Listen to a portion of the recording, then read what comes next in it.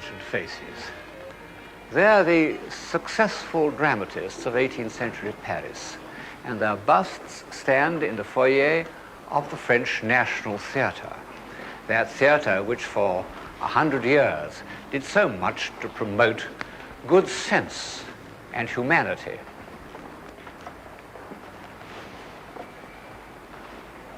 And here is the wittiest and most intelligent of them all, in fact, at a certain level, one of the most intelligent men that have ever lived, Voltaire. He's smiling, the smile of reason. You know, there's a character called Fontenelle, a French philosopher who, by living to be nearly 100, bridged the 17th and 18th centuries, the world of Newton and the world of Voltaire. He held a position known as Perpetual Secretary of the Academy of Science. He told an interviewer that he had never run and never lost his temper. The interviewer asked him if he had ever laughed. He said, "No, I have never made ha-ha." But he smiled. And so do all the other distinguished writers, philosophers, dramatists, and hostesses of the French 18th century. It seems to us shallow. We've got into deep water in the last 50 years. We feel that people ought to be more passionate, more convinced, or, as the current jargon has it, more committed. The smile of reason may seem to betray a certain incomprehension of the deeper human emotions, but it didn't preclude some strongly held beliefs. Belief in natural law, belief in justice, belief in toleration. Not bad. The philosophers of the Enlightenment pushed European civilization some steps up the hill. And in theory, at any rate, this gain was consolidated throughout the 19th century. Up to the 1930s, people were supposed not to burn witches and other members of minority groups, or extract confessions by torture, or pervert the course of justice, or go to prison for speaking the truth, except, of course, during wars. This we owe to the movement known as the Enlightenment, and above all, to Voltaire. Although the victory of reason and tolerance was won in France, it was initiated in England, and the French philosophers never concealed their debt to the country that, in a score of years, had produced Newton, Locke, and the bloodless revolution. When Voltaire visited England in the 1720s, it had enjoyed a quarter of a century of very vigorous intellectual life. And although Swift, Pope, and Addison might give and receive some hard knocks in print, they weren't physically beaten up by the hired gangs of offended noblemen or sent to prison for satirical references to the establishment. Both these things happened to Voltaire, and as a result, he took refuge in England in 1726. It was the age of the great country houses, and in 1722, the most splendid of all had just been completed for Marlborough. There it is, Blenheim Palace.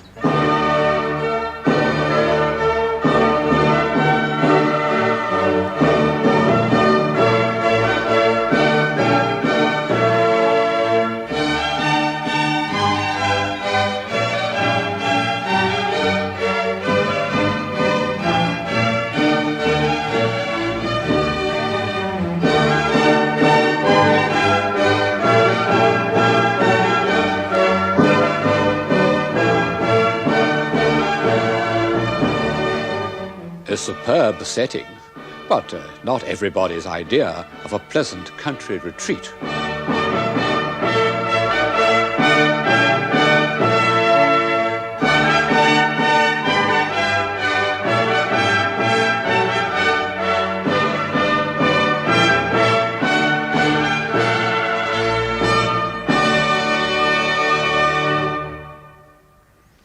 When Voltaire saw it, he exclaimed, "What a great heap of stone, without charm or taste." Well, it was built as a monument to military glory, and the architect, Sir John Vanbrugh, was a natural romantic, a castle builder, who didn't care a fig for good taste and classical decorum.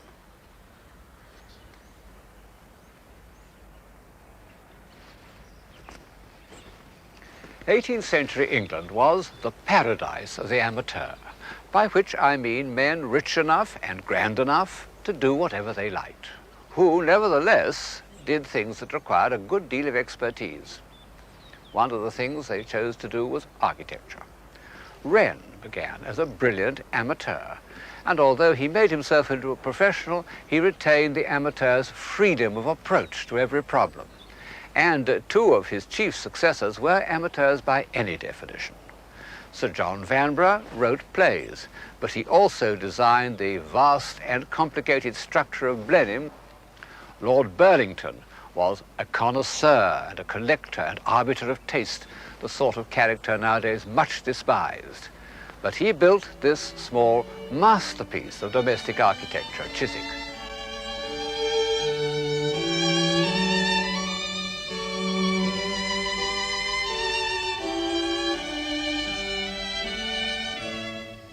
One may wonder how many professional architects today could handle these problems of design as expertly as Lord Burlington has done. These steps and colonnades look very imposing, but the building behind them is quite small, about the size of an old parsonage.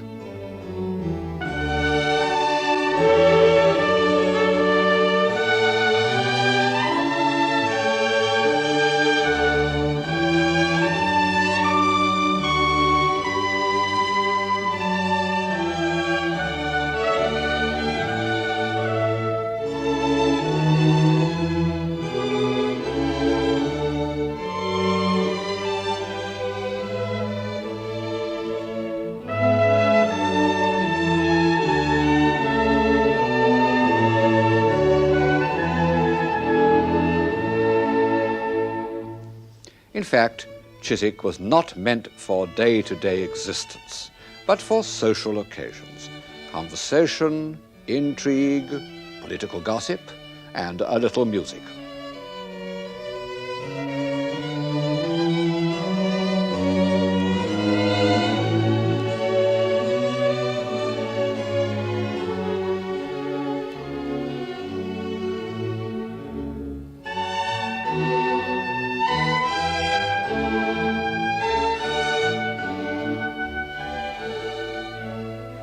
Of course, it's only a miniature, kind of glorified drill box.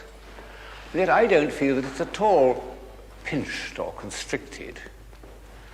In a way, these 18th century amateurs were the inheritors of the Renaissance ideal of universal man. And it's significant that the typical universal man of the Renaissance, Alberti, had also been an architect. If we may still consider architecture to be a social art, an art by which men may be enabled to lead a fuller life, then perhaps the architect should touch life at many points and not be too narrowly specialized. 18th century amateurism ran through everything: chemistry, philosophy, botany and natural history. It produced men like the indefatigable Sir Joseph Banks, who refused to go on Captain Cook's second voyage because he wasn't allowed to have two horn players to make music for him during dinner. There was a freshness and a freedom of mind in these men that is entirely lost in the rigidly controlled classifications of the professional. And they were independent, with all the advantages and disadvantages to society that result from that condition. They wouldn't have fitted in to our modern utopia. I recently heard a professor of sociology say on television, "What's not prohibited must be made compulsory." Not a suggestion that would have attracted those eminent visitors, Voltaire and Rousseau, who drew inspiration from our philosophy and our institutions and our tolerance. But as usual, there was another side to this shining medal. And of this we have an exceptionally vivid record in the work of Hogarth. The days of me youth I could be like a dove. In the days of my youth he could be like a dove, like a sparrow at all times was ready for love. Fa-la-la-la-la-la, fa-la-la-la-la-la, fa-la-la-la-la-la-la-la. The life of all mortals in kissing should pass. Fa-la-la-la-la-la-la. The life of all mortals in kissing should pass. Lip to lip laddie young and the lint and the gloss. Fa-la-la-la-la-laddie, fa-la-la-la-la-laddie, fa-la-la-la-la-la-laddie. Drinking, wenching, stealing. No more than today, I suppose, but rather more openly. All this coarse life is painted with great delicacy, and although Hogarth's compositions are rather a muddle, one can't deny that he had a gift of narrative invention. In later life, he did a series of pictures of an election that are easy to follow and a very convincing comment on the much cracked-up democracy of 18th century England. Here's the polling booth with imbeciles and moribunds being persuaded to make their marks. And an old soldier loyally voting for the establishment with his hook. And here's the successful candidate, like a fat powdered capon, borne in triumph by his bruisers who are still carrying on their private feuds. And I must confess that Hogarth conquers my prejudice by this blind fiddler.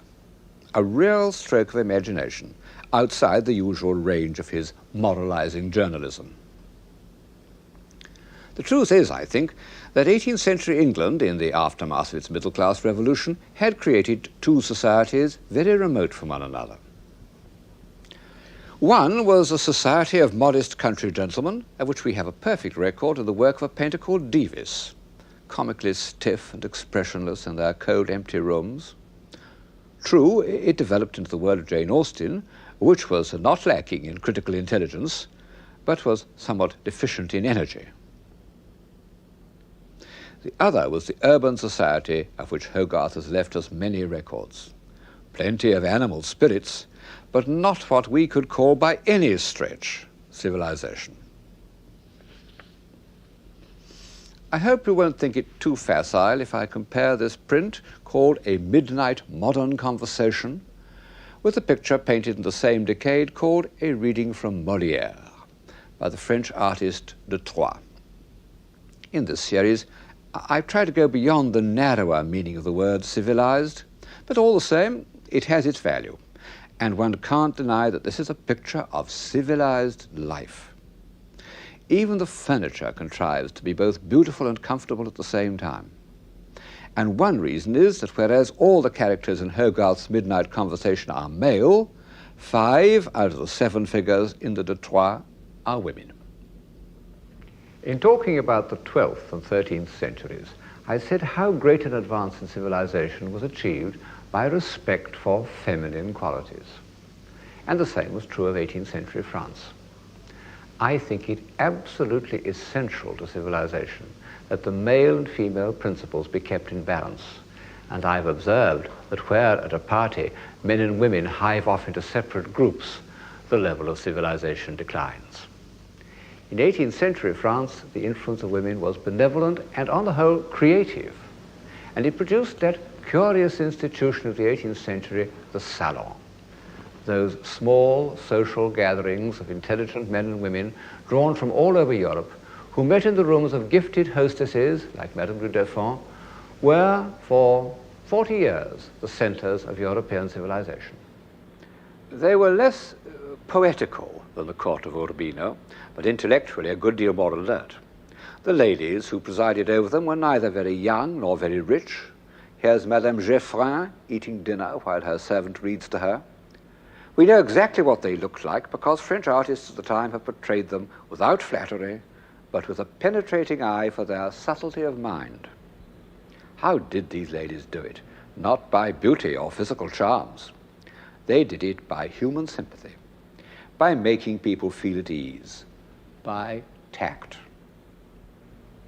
The success of the Parisian salon also depended on 2 accidental factors.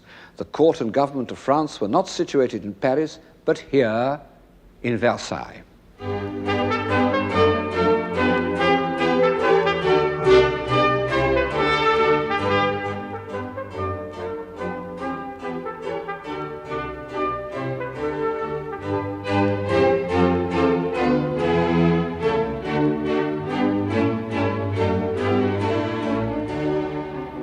It was a separate world. Indeed, the courtiers of Versailles always referred to it as ce pays-ci, this country of ours. And to this day, I enter this huge, unfriendly courtyard with mixed feelings, panic and fatigue, as if I were going into an alien world.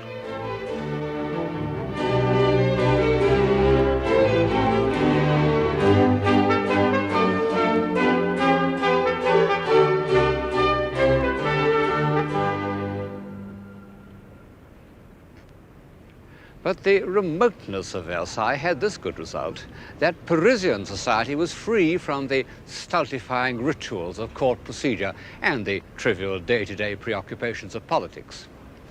The other thing that made 18th century salons a source of enlightenment was that the French upper classes were not destructively rich. They lost most of their money in a financial crash brought about by a Scottish wizard named David Law. As I've said several times, a margin of wealth is helpful to civilization, but for some mysterious reason, great wealth is destructive. I suppose that some discipline and economy is as necessary in art as it is in life. Also, great display is heartless. The south front of Versailles is a masterpiece of architectural design, but it doesn't touch us like something loved and familiar. For example, look at Chardin, the greatest painter of mid-18th century France. No one has ever had a surer taste in color and design. Every area, every interval, every tone gives one the feeling of perfect rightness.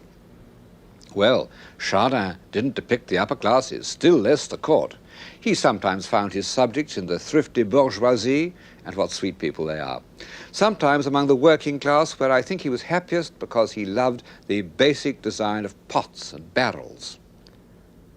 They are noble, in a way that a piece of Louis XV furniture couldn't be. Chardin's pictures show the qualities immortalized in verse by La Fontaine and Molière: good sense, a good heart, an approach to human relationships both simple and delicate. And they show that these survived into the mid-18th century and survive to this day among skilled workmen, what the French call artisans, who still maintain the character of French civilization. The salons where the brightest intellects of France were assembled were more luxurious, but still not overwhelming. The furniture was in a style that may seem to us rather extravagant, but the rooms were of a normal size. People could feel that they had some human relationship with one another.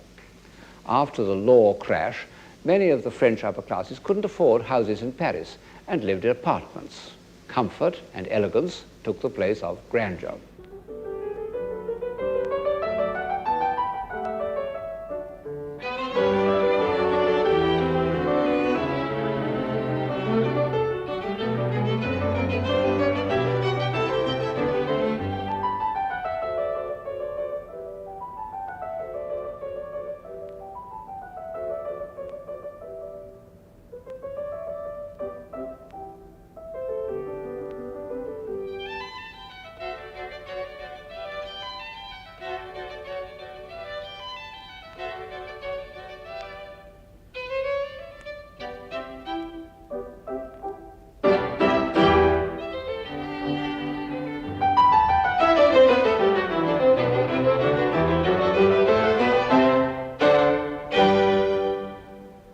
We have a complete record of how people lived in mid-18th century France, because there were innumerable minor artists who were content to record the contemporary scene instead of expressing themselves.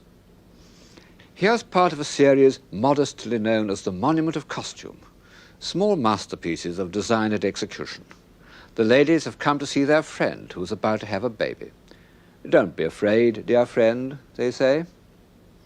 In this painting by Boucher, a lady is dressing by the fire, her maid asking her what she's going to wear. And here, also by Boucher, is the family sitting by the window having their morning coffee, or more likely chocolate. The little girl showing off her toys. Well, nobody but a sourpuss or a hypocrite would deny that this is an agreeable way of life. Why do so many of us instinctively react against it? Because we think it based on exploitation? Well, Do we really think that far? If so, it's like being sorry for animals and not being a vegetarian. Our whole society is based on different sorts of exploitation. Or is it because we believe that this kind of life was shallow and trivial? Well, that simply isn't true. The men who enjoyed it were no fools. Talleyrand said that only those who experienced the life of 18th century France had known the douceur de vivre, the sweetness of living. And Talleyrand was certainly one of the most intelligent men who ever taken up politics. The people who frequented the salons of 18th century France were not merely a group of fashionable good-timers. They were the outstanding philosophers and scientists of the time. They wanted to publish their very revolutionary views on religion. They wanted to curtail the power of a lazy king and an irresponsible government. They wanted to change society. In the end, they got rather more of a change than they bargained for. The men who met each other in the salons of Madame de Deffand and Madame Geoffrin were engaged in a great work. Here it is.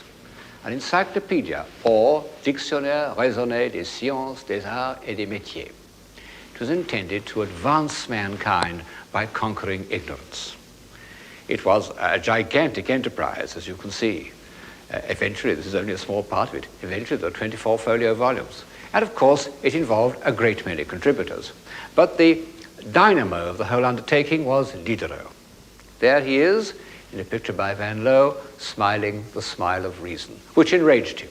He said he'd been made to look like an old cocotte who was still trying to be agreeable. He was a many-sided man, very intelligent, a novelist, a philosopher, even an art critic, the great supporter of Chardin. And in the encyclopedia, he wrote articles on everything from Aristotle to artificial flowers. The aims of the encyclopedia seem harmless enough to us, but you know, authoritarian governments don't like dictionaries. They live by lies and by bamboozling abstractions, and they can't afford to have words accurately defined.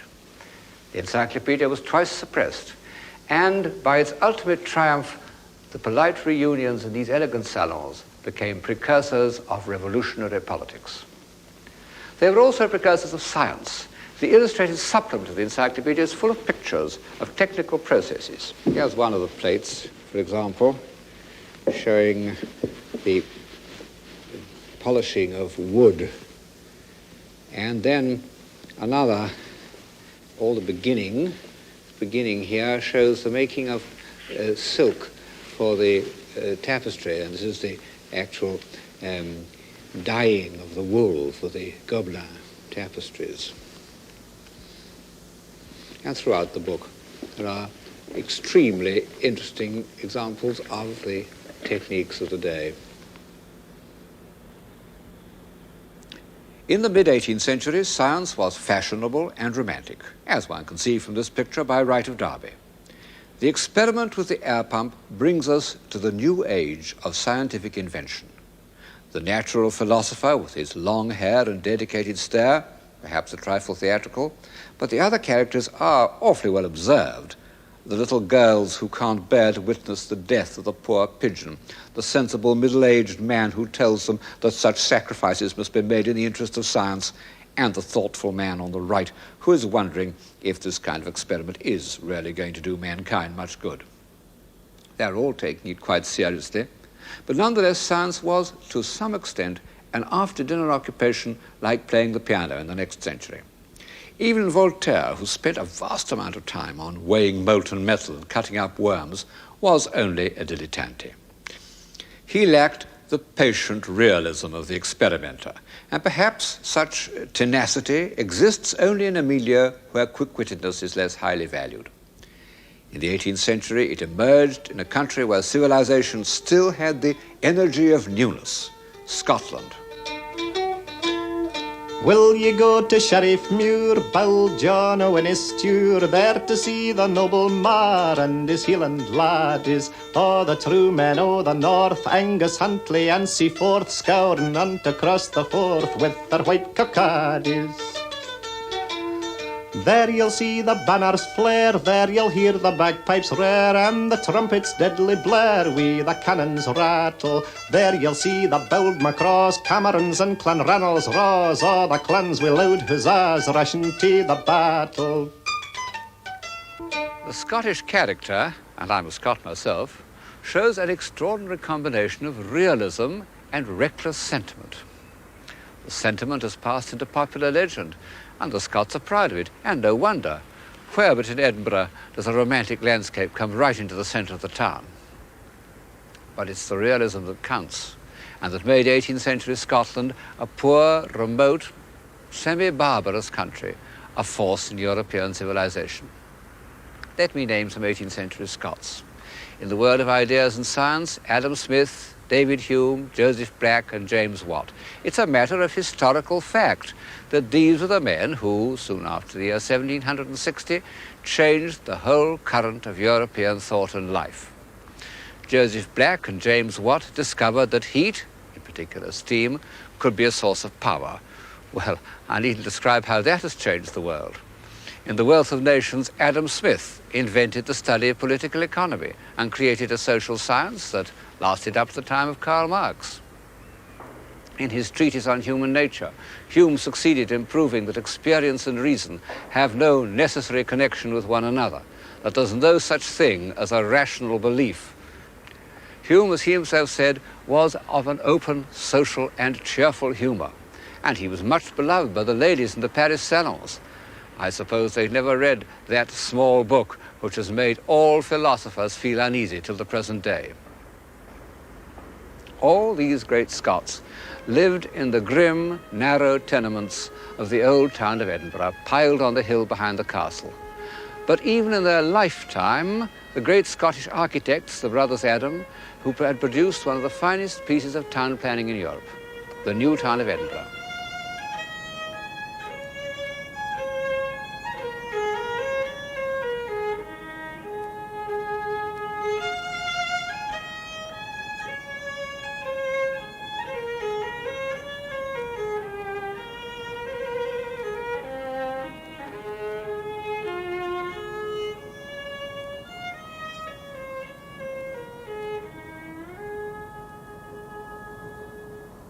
In addition, they exploited, I think one may almost say invented, the strict, pure classicism that was to influence architecture all over Europe.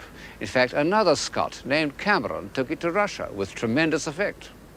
And then, a Scot having popularized neoclassicism, Sir Walter Scott popularized the Gothic Middle Ages and furnished the imagination of the romantically minded for a century. Not bad for a poor, underpopulated country.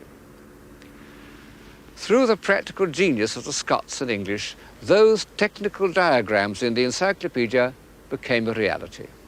And before the political revolutions of America and France had taken effect, a far deeper and more durable transformation was already underway, what we call the Industrial Revolution.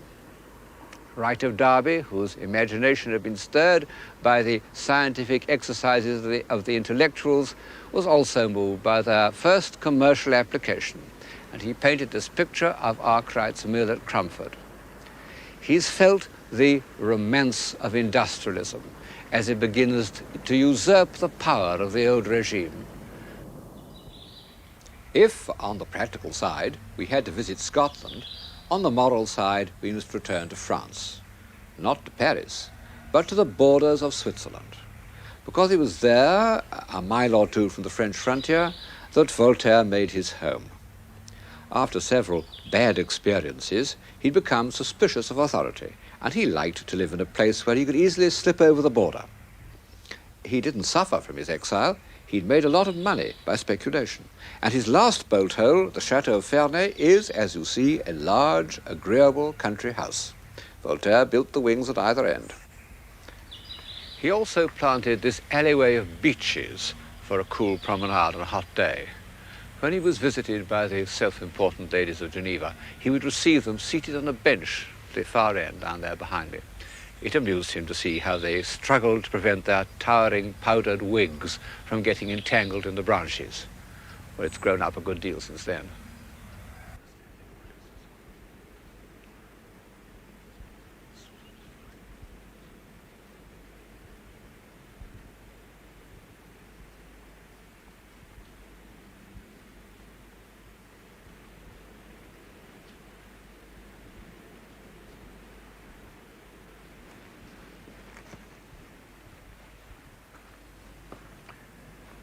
was in this room that he thought up devastating witticisms with which to destroy his enemies.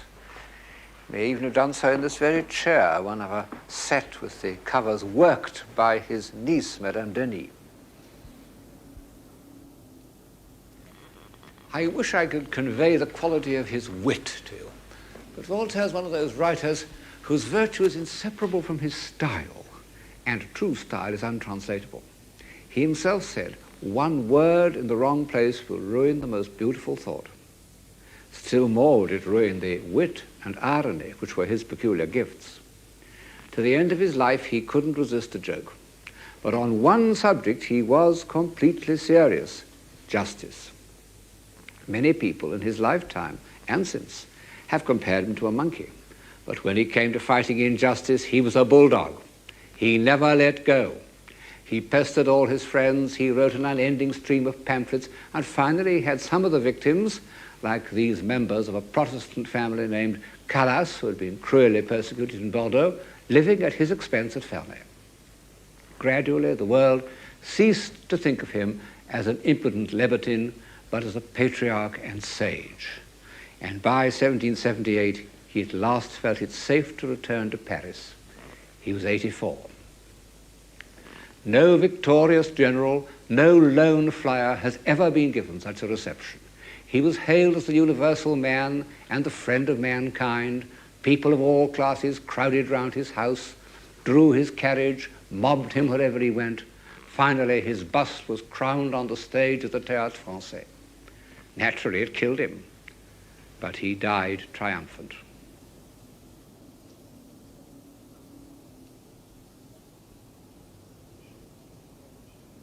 The remarkable thing about the frivolous 18th century was its seriousness. It was, in many ways, the heir to Renaissance humanism, but there was a vital difference. The Renaissance had taken place within the framework of the Christian church. A few humanists had showed signs of skepticism, but no one had expressed doubts about the Christian religion as a whole. People had the comfortable moral freedom that goes with an unquestioned faith. But by the middle of the 18th century, serious-minded men could see that the church had become a tied house, tied to property and status, and defending its interests by repressions and injustice. No one felt this more strongly than Voltaire. Écraser l'infâme, crush the vermin. It dominated his later life, and he bequeathed it to his followers. I remember H.G. Wells, who was a kind of 20th century Voltaire, saying that he daren't drive a car in France because the temptation to run over a priest would be too strong for him. All the same, Voltaire remained a kind of believer. He even built a chapel at Ferney. Over the door he had inscribed the words Deo erexit Voltaire, Voltaire in larger letters. It was an affair solely between him and God. However, several of the contributors to the encyclopedia were total materialists. And so the late 18th century was faced with the troublesome task of constructing a new morality without revelation or Christian sanctions. This morality was built on two foundations. One of them was the doctrine of natural law, the other the Stoic morality of ancient Republican Rome. Republican virtue inspired the most gifted painter of his day, David. In the Lives of Plutarch, people read about those grim, puritanical heroes of the Roman Republic who sacrificed themselves and their families in the interests of the state. And they took these monsters as models for a new political order. Here's David's first great revolutionary picture, The Oath of the Horatii. It was painted in 1785, and it created an effect which those of us who remember the first appearance of Picasso's Guernica may be able faintly to imagine. The Oath of the Horatii is the supreme picture of revolutionary action, not only in its subject, but in its treatment. Gone are all the melting outlines and pools of senseless shadow of a Fragonard, and in their place are these firmly outlined expressions of will. The unified totalitarian gesture of the brothers, like the kinetic image of a rotating wheel, has an almost hypnotic quality. Even the architecture is a conscious revolt against the refined ornamental style of the time. These Tuscan columns assert the superior virtue of the plain man. 2 years later, David painted an even more grimly Plutarchian picture, the lictors bringing back to the house of Brutus the bodies of his 2 sons whom he had condemned to death for treachery. One of those incidents in Roman history that don't appeal to us, but which was horribly acceptable to French feeling on the eve of the Revolution. One sees how completely the douceur de vivre had lost its hold on the European imagination even before 1789. In fact, the new morality had already guided a revolution outside Europe. Once more, we must leave the ancient focus of civilization and travel to the edge of the civilized world, America. For it was in this virgin soil, and not in the compost heap of Europe, that the aims of the encyclopedia were first realized. In the 18th century, no white man, except hunters, had penetrated beyond that range of hills.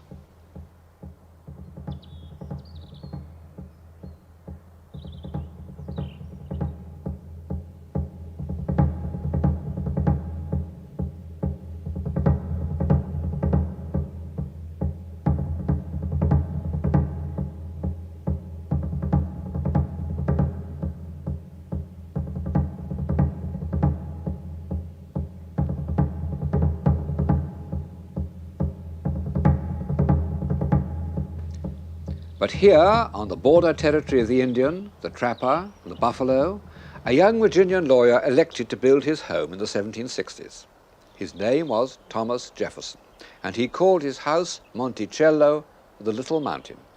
It must have been an extraordinary apparition in that wild landscape.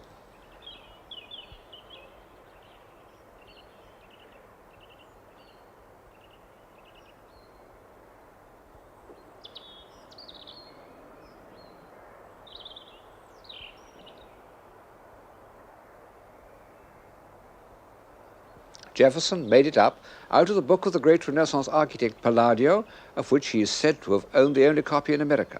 But of course, he had to invent a great deal of it himself, and he was highly inventive. The interior of the house betrays the obstinate ingenuity of a creative man who is determined to work out everything for himself. This is his idea for a bed placed between 2 rooms in the wall, so that he could get out either side, either into his study or his sitting room. And to dress, he went up this little circular stair to the room above. And this was his own design for spectacles in a little box the size of a patch box. They look a little small, but in fact you can read by them perfectly well, and with them I can read his own edition of Vitruvius, the classical architect who inspired so much of his building.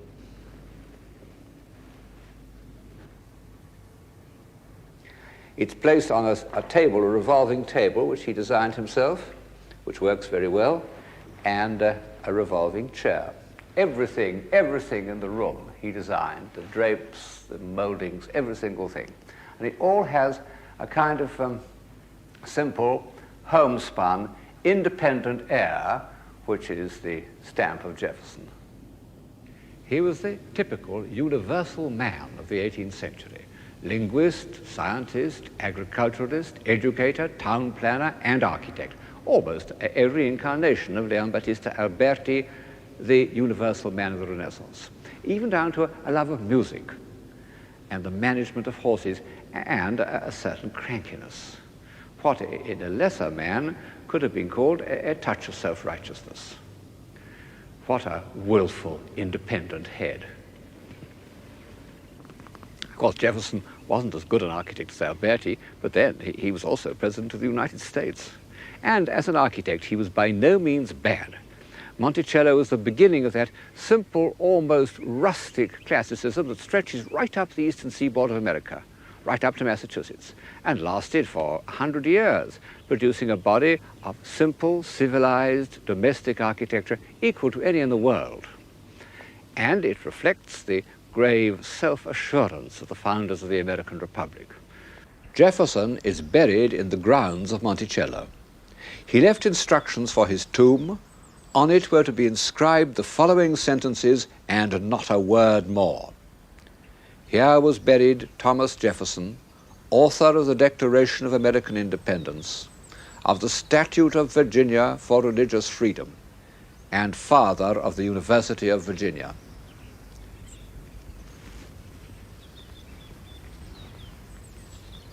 Well, the establishment of religious freedom that earned him so much hatred and abuse in his own day, we now take for granted. But the University of Virginia is still a surprise. It was all designed by Jefferson, and it's full of his character. He called it an academical village. There are 10 pavilions for 10 professors, and between them, behind this colonnade, the rooms of the students, all within reach and yet all individual. The ideal of corporate humanism. And then outside the courtyard are small gardens that show his love of privacy. Those serpentine walls were Jefferson's speciality. Nobody knows where he got them from. Needless to say, they had a practical as well as an aesthetic intention. The great courtyard was round 3 sides of a rectangle. The 4th side you saw over the mountains to Indian territory. How confidently, in their semi-wild domain, the founding fathers of America assumed the mantle of republican virtue and put into practice the notions of the French Enlightenment. They even called on the great sculptor of the Enlightenment, Houdon, to commemorate their victorious General Washington. And here's the result, standing in the Capitol at Richmond, Virginia. This program began with Houdon's statue of Voltaire, smiling the smile of reason. It could end with Houdon's statue of Washington. No more smiles. Houdon saw his subject as that favorite Roman Republican hero, the decent country gentleman called away from his farm to defend his neighbor's liberties.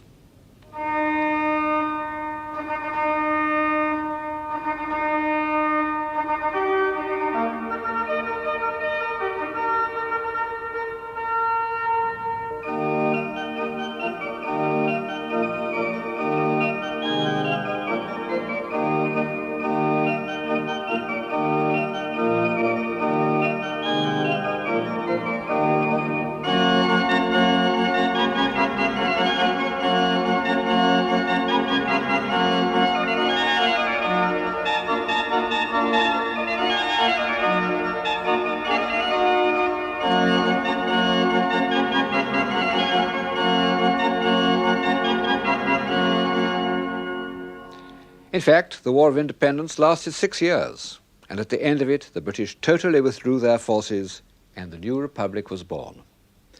Washington retired to his farm at Mount Vernon. The ideas of the French Enlightenment influenced the founders of the American Constitution, and in return, the success of the American Rebellion played a part in inspiring the French to overthrow their monarchy. After the storming of the Bastille, Lafayette sent the key of that infamous prison as a present to Washington. Washington hung it in the hall at Mount Vernon, and there it has stayed ever since.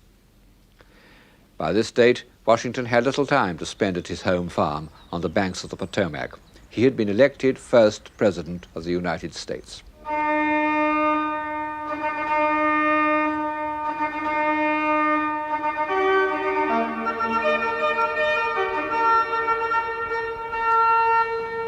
His monument dominates the new capital city, which was named after him.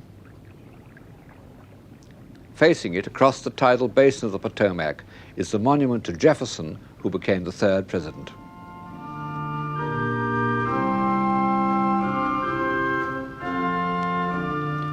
Not only the Palladian architecture, but the music has crossed the Atlantic. God Save the King has become My Country 'Tis of Thee.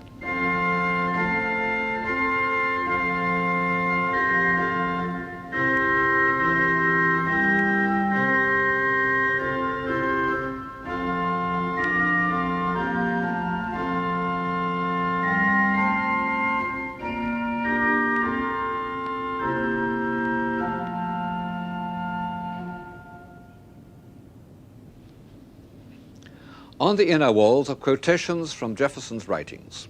First, the familiar, noble, indestructible words of the Declaration of Independence.